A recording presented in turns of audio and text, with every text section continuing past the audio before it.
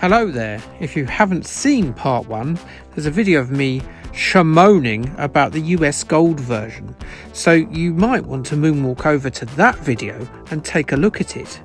But you might not care one jot about that one at all, and are here to listen to a stranger talk about the arcade version by Sega.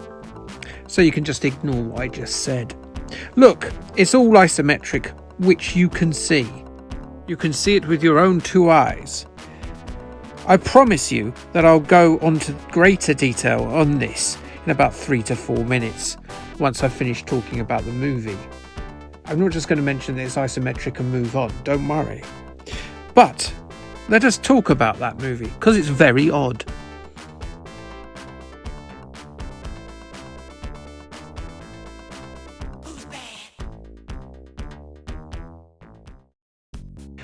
How to describe Moonwalker then? Well, it's a strange mix. It's largely a long musical video for the songs from the Bad album, but interlinked with a storyline of a god-powered Michael Jackson trying to bring down Mr. Big, a foul drug baron who wants to corrupt Americans' innocent children with his apothecary of evil. It's a bizarre anthology with support from Joe Pesci as Mr. Big and John Lennon's son Sean as a kid called, well, Sean. At least spell it differently, mate. So yeah, it's all really weird, but I need to give you an overview of the narrative, so that means spoilers are included from this point. But it's 1988, and it's a Michael Jackson film. I think you'll be okay. Young Michael Jackson suddenly turns into adult Michael Jackson. Then a tour bus him, and a number of his fans chase after him, forcing him into a movie set where actors also get annoyed with him, and they start chasing him too because he disrupted their movie. So what he does is he goes into a room and dresses like a rabbit. Then he jumps onto a cycle that turns into a motorbike, and the pursuers notice that it's him, so they run after him again. He drives to the desert to escape them, and then he takes off the bunny suit. The bunny suit then comes alive and challenges him to a dance-off. After he's had the dance-off, 3 kids spy on Jacko as he returns to the city, and immediately he gets shot at. As he's getting shot at, a flashback happens as a kid and Michael Jackson go looking in a cave for a lost dog, and they end up spying on Mr. Big and his sinister plan to get all the kids hooked on drugs. They get spotted and then chased off, and they've now made an enemy of Mr. Big because he doesn't want his secrets getting out yet. Back in the present day, Michael sees his lucky star, which transforms him into a flying car, of course, and he then escapes.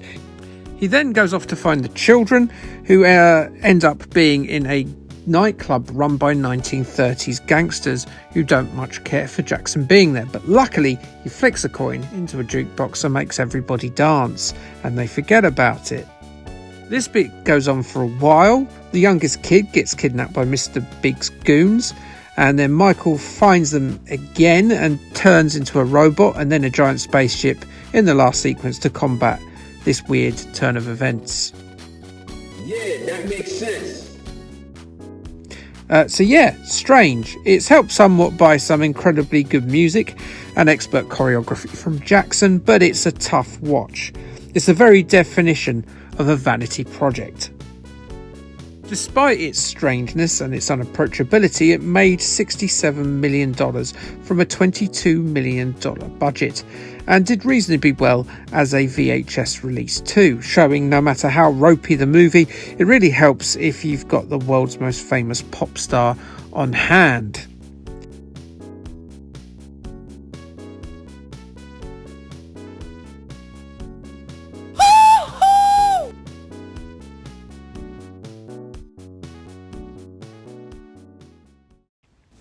Moving on to the appearance of Michael Jackson in an arcade game by Sega, and let's talk about I'm Sorry. There he is.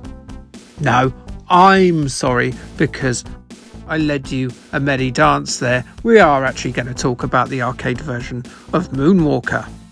What a cad I am. Moonwalker was the July 1990 arcade game based on that weird movie I've just been talking about.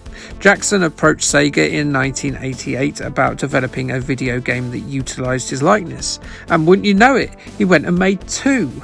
Jackson worked fairly closely with Sega over the 2-year cycle of this and the home console versions. It ended up being very popular, and it even ended up topping the arcade replay charts for September of that year.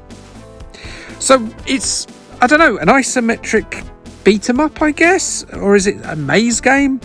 Whatever it is isometric, as you can see, as I mentioned in the intro.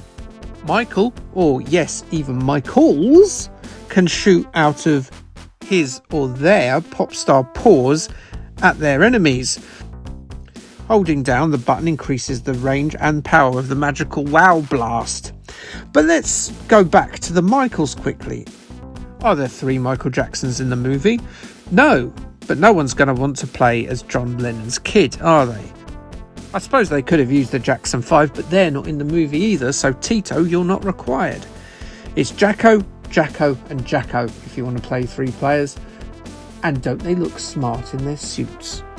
The other button is used for the game's Smart Bomb, which forces Jackson's adversaries to dance against their will and then explode. Isn't that really nightmarish? It's like something out of Creepshow or Black Mirror, forced to dance until you literally combust. Ugh, it gives me shivers, so it does. You get a set amount of these per continue, but more can be added by finding the captured children. Yes, you're probably expecting loads of jokes about children, but I'm actually saving them up for the Mega Drive and Master System ones. If you don't mind, maybe I'll sneak another one in a bit later on this, if you're being good. I could also make jokes up about things that are forced to dance in this, but again, the Mega Drive one has funnier examples, so we'll wait for then. However, I will say and acknowledge the pelvic thrust on this robot. That sort of behaviour is of a teen pervert, so please stop that. There are children playing this video game. It's worth noting the enemy design at this juncture, as there's something distinctly underwhelming about the machines that present Michael's biggest challenge in the stages. I suppose you can say that they add a little bit of variety to the game, otherwise you'd just be fighting 1930s goons and men dressed up in hazmat suits otherwise. Mr. Big will usually be found piloting Dr. Robotnik style the end of level Guardian contraptions. Oh, and once a level, Bubbles the chimp will squat his hairy ass upon Jacko's shoulder, which will instantly turn Jacko into a big cyber Jackson that will add to his firepower for a short while and improve his durability. So how does it play? It's alright, yeah, it's fine. The game is extraordinarily linear, which for an arcade game is absolutely normal and okay. It's the nature of these things, isn't it? They're disposable. I guess the reason my mind sort of is thinking this way is that I can only surmise that the perspective lends itself to a certain amount of exploration that just isn't featured here. It's a decent challenge, and though it's repetitive, you'll most likely see enough variety in the stages to want to see it through to the end. Animation, particularly on Michael, is very smooth, and the graphics overall are very polished, despite the boring robot designs. Music is, well, the music of Michael Jackson, but in MIDI, and so it's pretty damn good. I don't like how a lot of stages fade out with children running at Michael, but I can confirm that he doesn't unbuckle his trousers. There's your child molestation joke if you're waiting for it. Do I feel proud of myself? Absolutely not.